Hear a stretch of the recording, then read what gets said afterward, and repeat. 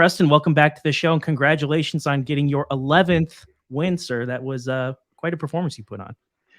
Thank you. It's good to be back. It was definitely a great fight, great performance. It's been a month now, so it's time to get back on the grind and get back to doing it again.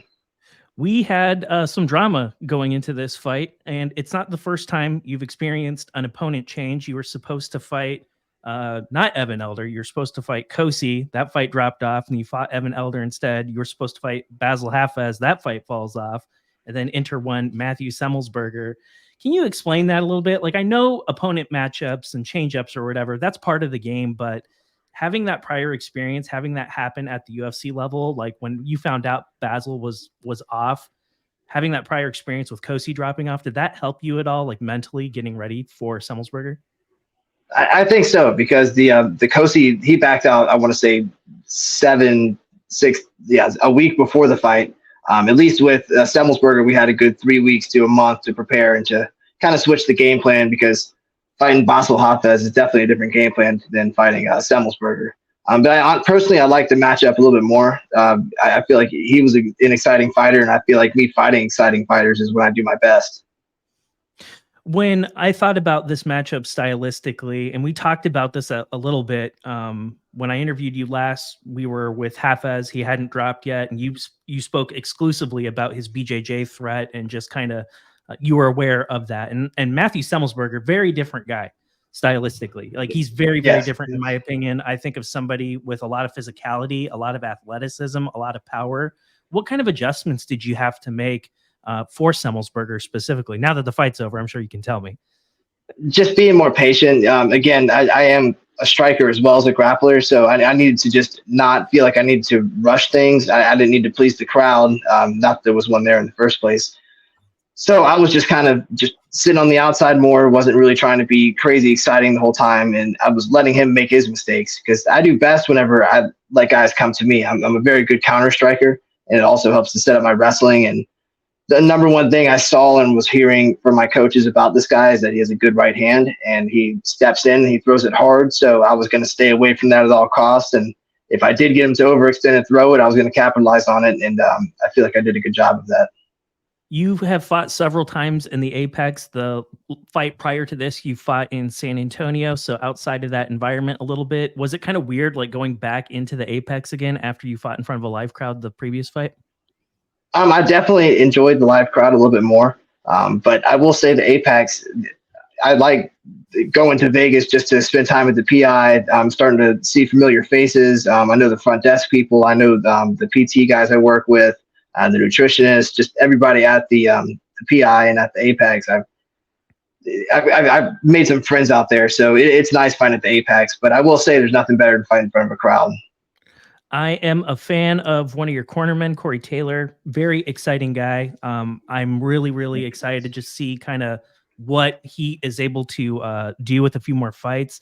That experience, like, he was in your corner, and I was just kind of curious, like, in your opinion, his exposure to some of the things that he saw over the week that he was with you in Las Vegas, what do you think something like that does for a young fighter's development? Korey is a great fighter. He's just as good of a fighter as I am.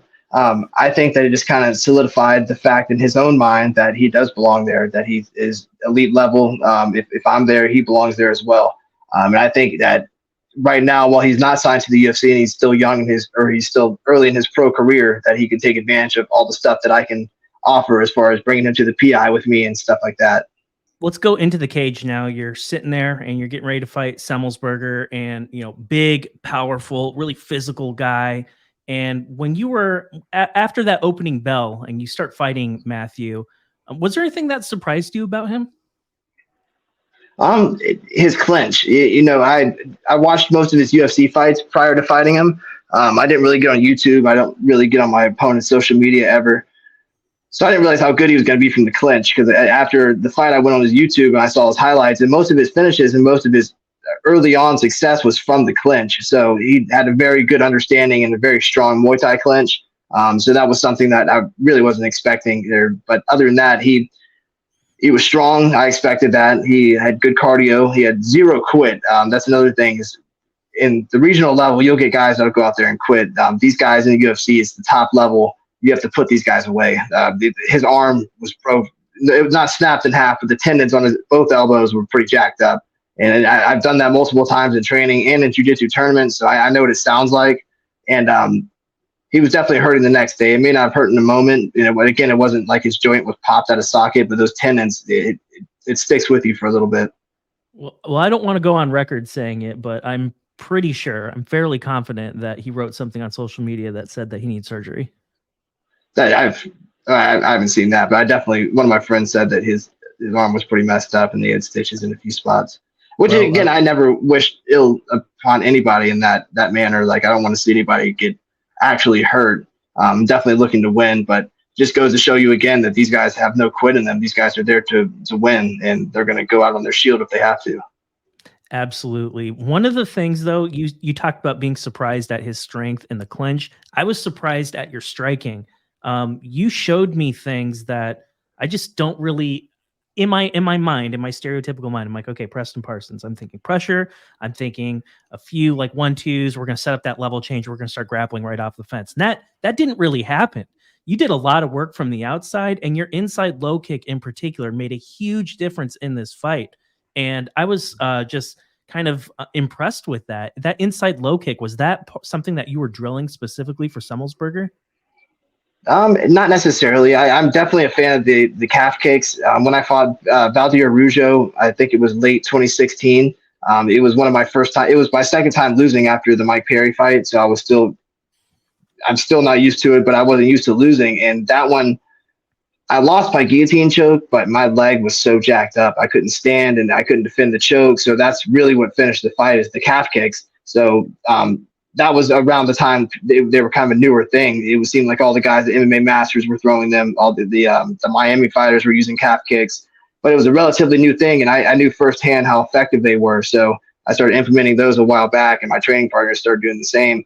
And I throw them in my other fights a lot, but I feel like I was timing him a little bit better. Again, I wasn't rushing anything. I was kind of sitting back waiting for the opportunities. And when he would put too much weight on that lead leg, trying to throw the right hand, it was easy to knock that leg right up from underneath him. But again, it's great that I won, but off of stumbling him like that with those kicks, I should have capitalized a little bit more than I did. Preston, in the third round, I noticed that he was threatening the guillotine, and by my count, I think he threatened it on 2 different occasions. Was he close on any of those, or did it look like way worse than what it really was when you're in there with him? It looked way worse than it really was. The third round, the first guillotine choke, when I pulled guard, it's kind of hard to see it, but I hit a really cool calf slicer, hamstring slicer sweep. If you really look closely at the legs, you can see that one. And that one was me just kind of being lazy, being tired. I shot in on a single, which was kind of a sloppy shot as well. I just felt like I was having so much success with just the flow grappling and just constantly keeping contact with him and looking for ground and pound. So I shot the takedown, and I tried to peek out on one side, tried to peek out on the other side, but they were kind of delayed because of the fatigue. And then when he started going for the choke, I was like, yeah, I'm not going to fight this off full force. I'm just going to pull guard where I know he's not going to finish it. So the first one wasn't so bad. The second one wasn't really bad at all either. I kind of had my hand protecting my chin the entire time, so I wasn't really getting choked completely at all. But I do know that he didn't really give a good squeeze. Like, normally when you get there, whether they have the choke or not, they're going to give one good all-out squeeze on it. And I think his arm being compromised kind of kept him from being able to squeeze as much as he would have liked to. But no, to answer your question, none of them really felt too threatening. It was one of your better performances. I felt you just showed me things that I'd never seen you do before. And I thought like it was like a big step up from your prior performance against Trevin Giles. So congratulations to you. That is to do what you did against a guy of that caliber. I know his record's not the best, but Matthew Semelsberger is a freaking beast and a scary guy, and that's not an easy task what you just did, especially on a short notice like that. Yes, sir. Thank you. And no, I definitely didn't underestimate him. The nerves were definitely there for this fight, but I feel like I used them to my advantage. Well, it was a solid performance. No real damage. You look good. You're not all cut up or nothing like that. So it looks like that hopefully we see you back out in the cage in a relatively short amount of time. And I'm just looking, and I listened to your press conference. I heard some of the things that you said, and I'm just looking. And in my mind, I think Randy Brown, Joaquin Buckley, or Chaos Williams are probably going to be one of the three guys that you're going to see next. And I was just kind of curious, like in this whole like welterweight class as of right now, do you feel like the deck is shuffling? Do you feel like people are starting to like push up and you're starting to see like the unranked guys starting to get more and more opportunities against some of these ranked guys that are maybe at the tail end, 10 through 15 right now? I do. I'm definitely seeing a lot more like action in the welterweight division. It seems like it kind of was at a stalemate or just kind of stale for a while. And it definitely seems like there's a lot of good guys coming to the welterweight division now. I'm up to fight any of those guys. Joaquin Buckley, me and him are pretty good friends, so hopefully that matchup doesn't happen. But because I look forward to training with him again in the future. But other than that, any welterweight on the roster besides Trey Waters, I'm up for any of those. Okay, Joaquin, so you're off the hook. But Randy Brown, Chaos Williams. Randy Brown, he had a very impressive performance. He sparked Muslim Salikov in the very first round. No damage there. That's a really exciting fight. And, not to be your manager or whatever, but, I'd like that fight. Randy Brown, how about it? Could happen. We'll find out. All right, well, we will definitely looking to fight at least 2 more times this year. I'm looking at May and then again, hopefully in September. Yeah, but no Apex fights though. Let's get a live crowd. I think you've been in the Apex for a lot more than you probably need to be. I think more people need to see you fight in person because you're an exciting fighter. Before I let you go, I'd be remiss to not ask you this question: Jeff Neal versus Ian Gary. That's going to be happening at the next UFC pay-per-view, not this week, but next week. Do you have a lean on that fight? I'm going to go with Jeff Neal. I've always thought he's a hard worker. He's definitely very talented. He has a lot of skill. Ian Gary, I definitely feel like lives up to his hype, but not completely. He's definitely a great fighter. There's definitely something special about him, and you never know until you're standing in front of the guy. But from what I've seen, I feel like Jeff Neal is definitely the harder worker, and I feel like hard work usually pays off. Well, there you go. Well, Preston, I appreciate your time today. It's always a pleasure to have you on the program. And if there's anyone that you'd like to thank before I let you go, let's do it. I want to thank the corners. You mentioned Korey Taylor, my head coach, Professor Bruno Quintero, my partner, Cord Poe, my training partners, Trey Waters, Stephen Kozlow, Seth Dupuis, and all the other guys here at Elevate MMA. And shout out to Grappler Mag for always sponsoring me and always looking out for me. And shout out to Mom's Basic MMA for having me.